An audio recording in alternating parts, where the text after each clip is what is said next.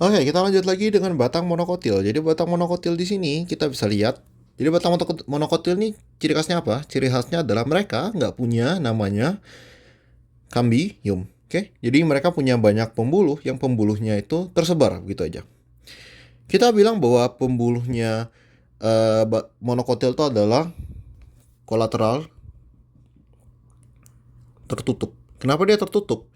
Istilah tertutup ini adalah karena dia itu nggak istilah tertutup itu artinya adalah dia itu nggak bisa tumbuh lagi, oke? Karena dia nggak bisa tumbuh lagi, maka ya dia tertutup, udah gitu aja.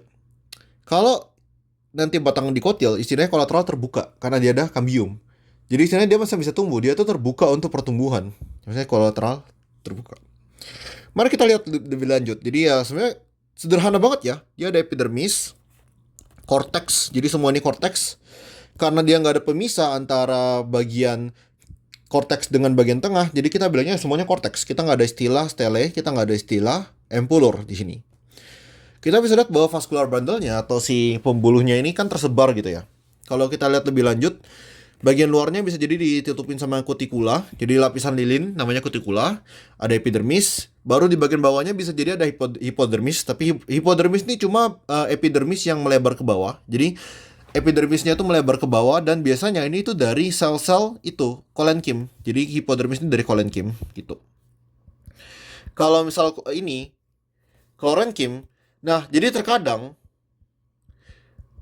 di batang itu bisa jadi batang itu bisa fotosintesis ya. Oke, jadi tumbuhan tuh nggak aturannya nggak kuat kayak misalnya, oh fotosintesis tuh harus ada di daun, nggak. Jadi fotosintesis tuh bisa terjadi di batang, bahkan terjadi di akar pun nggak masalah. Kayak aku udah berapa kali menemukan akar yang ada klorofil itu ada gitu. Jadi fotosintesis itu bisa terjadi dimanapun di tumbuhan selama ada cahaya matahari gitu. Maka di sini ada klorenkim, yaitu parenkim yang punya kloroplas, namanya klorenkim. Nah, terkadang di sini juga kita bisa nemuin itu. Kita terkadang juga bisa nemuin sklerenkim, tapi di sini nggak ada. Oke, kita lihat lebih lanjut. Ini adalah bagian dari pembuluhnya si monokotil. Banyak orang miss bagian ini, tapi menurutku ini adalah bagian pentingnya untuk kita pelajari.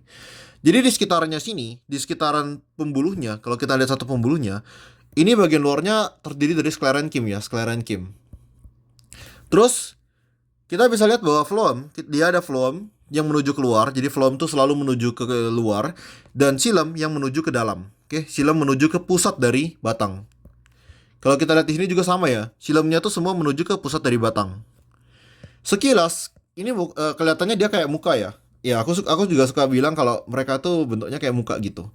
Jadi kalau kita lihat, kita bakal perhatiin di sini dia tuh ada metasilem dua metasilem gede. Ini juga ada metasilem dan ada protosilem di sekitarnya dia gitu.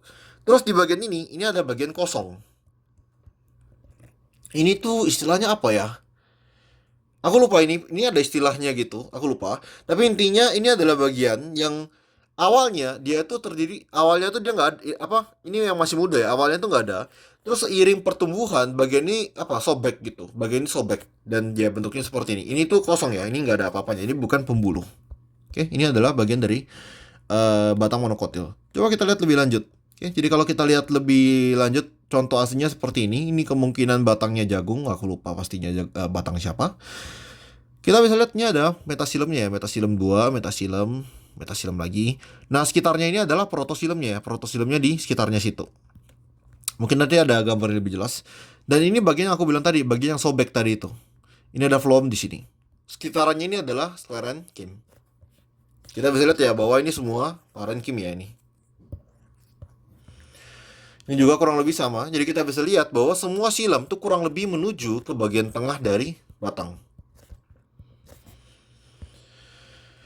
Kita lihat lebih lanjut di sini kita bisa lihat ya. Ini ada ya seperti aku bilang metasilem, protosilemnya di sekitar sini. Ini ada airspace doang.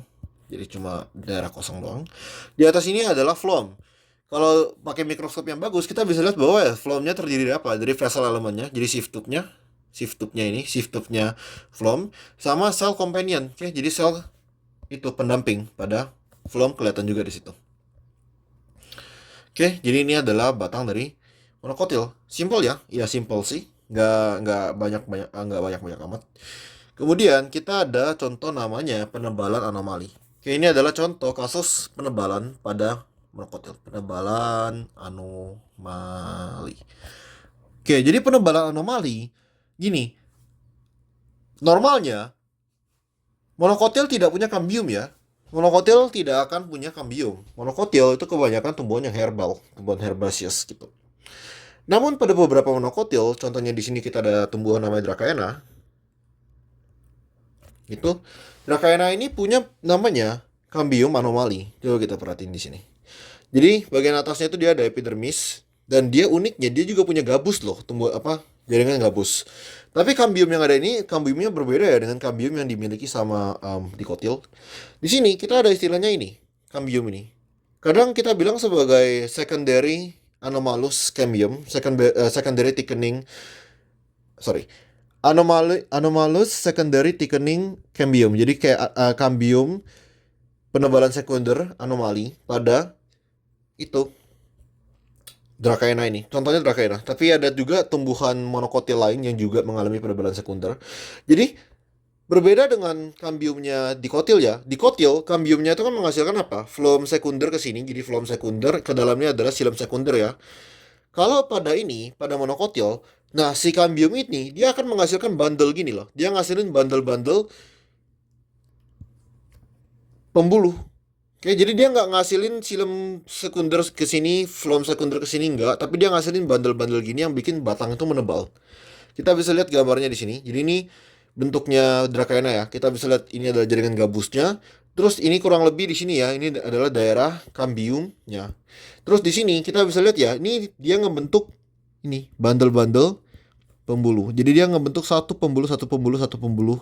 Dan dia melalui aktivitas ini dia menebalkan batangnya Dracaena. Kita lihat lebih jelas. Ini kambiumnya di sini. Dan ini adalah ya ini kita bisa lihat ini ada silemnya, phloemnya di tengah di sini gitu. Oke, jadi pembuluhnya dia itu agak unik. Oke. Jadi ini adalah contoh anomali pada batang monokotil. Tapi batang monokotil ya kebanyakan kayak gini, nggak terlalu ribet, gampang-gampang aja. Oke, sekian video kali ini.